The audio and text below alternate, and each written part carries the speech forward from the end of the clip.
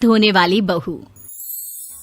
शादी के पहले से ही विभा को कपड़े धोने का बड़ा शौक था। कभी नल के नीचे तो कभी तालाब के पास। अरे मेरी नीली वाली लुंगी नहीं दिख रही है। विभा की अम्मा, कहाँ रखी है लुंगी? अरे वो तो विभा ने परसों ही धोकर रखी थी आपकी अलमारी में, देखो वहीं होगी। वो ना मैंने आज धो दी, मुझे लगा कि गंदी हो गई होगी। अरे कैसे गंदी हो गई थी? उसे तो मैंने पहना भी नहीं। हे भगवान, इस लड़की के कपड़े धोने की आदत से परेशान हो गया हूँ मैं। जितना तो घर में राशन नहीं आता, उससे कहीं ज्यादा डिटर्जेंट पाउडर का खर्चा है। इसकी शादी करवा दो, शादी जाए अपने घर में ही करे काम, फिर चाहे घर के कपड़े धोने हो या पूरे गांव के। हाँ ठीक बोल रही हो, देखता हूँ मैं कोई लड़का। वो दिन भी आ जाता है जब विभा को देखने लड़के वाले आ जाते हैं। लड़की मुझे अच्छी लगी। होने वाली सास कहती है, बेटी अगर कुछ पूछना है तो पूछ लो। वैसे तो हमारी लड़की बहुत ही शर्मीली है, जो बोल दो वो मान लेती है, इसे क्या पूछना होगा।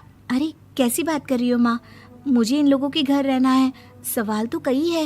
हाँ हाँ बेटा, पूछ लो ना, क्या पूछना है। आप लोगों के घर कपड़े कौन धोता है? सास का मुंह बन जाता है। देखो, अगर तुम ये कहना चाहती हो कि तुम्हें कपड़े धोने नहीं आते तो सुन लो, कपड़े मैं ही धोती हूँ, लेकिन तुम्हारे आ जाने के बाद मैं रुमाल तक नहीं धोऊंगी। अरे चुप रहना भाग्यवान, बहू बेचारी घर आई नहीं, उसे डराना शुरू कर दिया। वो क्या है ना बिटिया, अभी तक तो ये कल्लू की माँ ही धोती थी, लेकिन अब तुम्हारे पापा तो दहेज में वॉशिंग मशीन देंगे ही।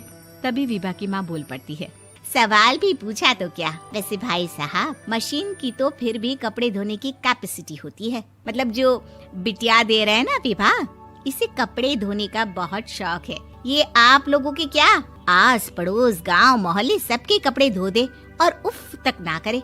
बाहर देखा नहीं आपने कितने कपड़े सूख रहे हैं? सब हमारी बिटिया ने ही तो धोए हैं। बस भी करो ना माँ, शर्म आ रही इतनी तारीफ सुनकर। और तो और एक दाग निकाल कर दिखाओ तो मान जाऊँ। हाँ अच्छा, माफ करना बेटा, मैंने गलत समझा। हमें तो रिश्ता बहुत पसंद है। और ऐसे जुड़ जाता है रिश्ता कपड़े धोने का शौक रखने वाली विभा का। उसकी शादी हो जाती है कोयला फैक्ट्री में काम करने वाले कल्लू के साथ। शादी के बाद अचानक विभा चिल्लाती हुई सास के पास आती है। सासू माँ, अरे सासू माँ कहाँ है आप? ये तो धोखा है, धोखा दिया आप लोगों ने मुझे। इसे ससुर के चक्कर के बारे में पता चल गया। अरे तो उसमें तुझे क्यों धोखा मिला है? अरे नल में पानी नहीं आता, कपड़े कैसे कब धुलेंगे? अच्छा, तू पानी नहीं आ रहा उसकी बात कर रही है। तो आपने क्या सोचा? कुछ नहीं। अच्छा, तेरी माँ ने कहा था कि कपड़े धोने का शौक है तुझे, याद आया मुझे। शौक बोलकर कपड़े धोने वाले मेरे जुनून को कम ना आके सासू माँ, कपड़ा धोना मेरा गुरूर है। तभी पति भी वहाँ आ जाता है। अभी मैंने इसे सनी देओल की फिल्म दिखाई है, उसी के डायलॉग मार रही है माँ। अच्छा सुन, साफ साफ बता रही हूँ, पानी सुबह 4 से 6 और शाम को 10 से 12 आता है, समझी? विभा टाइमिंग सुनकर हैरान हो जाती है। ये क्या भूतों का मोहल्ला है?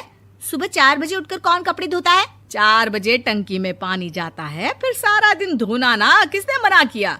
अरे कैसी बात कर रही हैं? 200 लीटर की टंकी में कितने कपड़े धो लूंगी मैं? सुबह ही उठ जाऊंगी मैं। अब क्या था, विभा सुबह 4 से लेकर रात के 12 बजे तक कपड़े ही धोती रहती। एक रोज सास पड़ोस से निकलकर कहीं जा रही होती है कि साथ वाली कहती है, हाँ कल्लू की माँ, जरा ये बताओ कि 2 साड़ी है, 2 ब्लाउज और एक पेटीकोट और एक नाड़े वाला लंबा कच्छा। हाँ तो? अरे तो क्या, कितना लोगी धुलाई ये बताओ। धोबन दिख रहे हैं हम क्या? हमारे पति सरकारी नौकरी से अभी रिटायर हुए हैं और बेटा सुपरवाइजर है कोयला फैक्ट्री में। धोबन समझ रखा है हमें?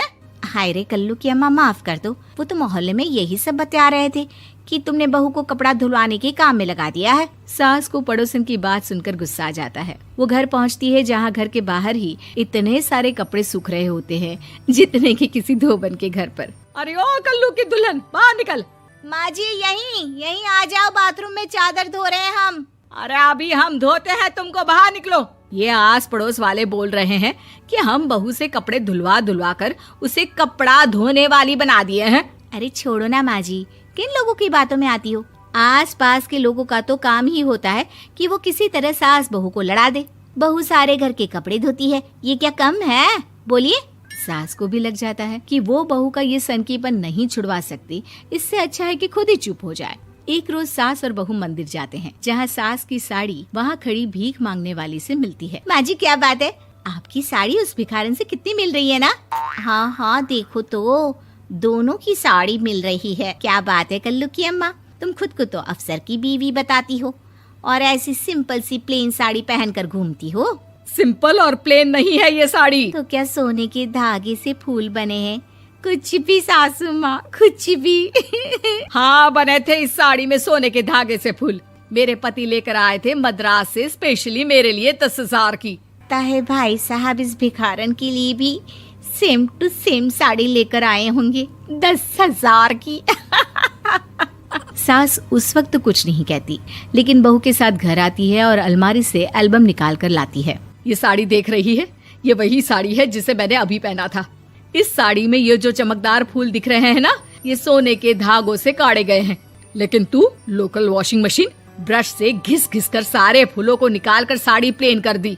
मुझे माफ कर दीजिए सासू माँ। और तो और, जब मैंने तुझे तेरी गलती के लिए कुछ नहीं कहा, लेकिन तूने तो सबके सामने मेरा मजाक ही बना दिया। क्यों? बहू को समझ में आ जाता है कि अब से उसका कपड़े धोना बंद।